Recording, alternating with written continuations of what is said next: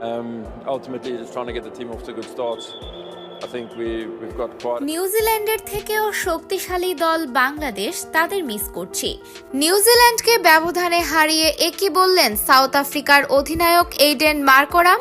দর্শক, আইসিসি টি-20 বিশ্বকাপে গ্রুপ পর্বের ম্যাচে নিউজিল্যান্ডকে 7 উইকেটে হারিয়েছে দক্ষিণ আফ্রিকা।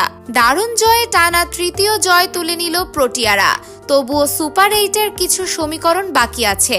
আফগানিস্তানের কাছে সংযুক্ত আরব আমিরাত হেরে গেলেই প্রোটিয়াদের সুপার 8 নিশ্চিত হবে।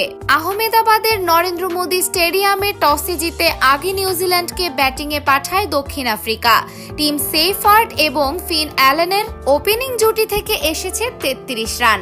9 বলে 13 রান করে বিদায় নিয়েছেন সেইফার্ড। এদিকে নিউজিল্যান্ডকে দাপটের সাথে হারানোর পর ম্যাচ শেষের সংবাদ সম্মেলনে মার্করাম বলেন, বাংলাদেশের বিপক্ষে খেললে চাপটা অন্যরকম থাকে।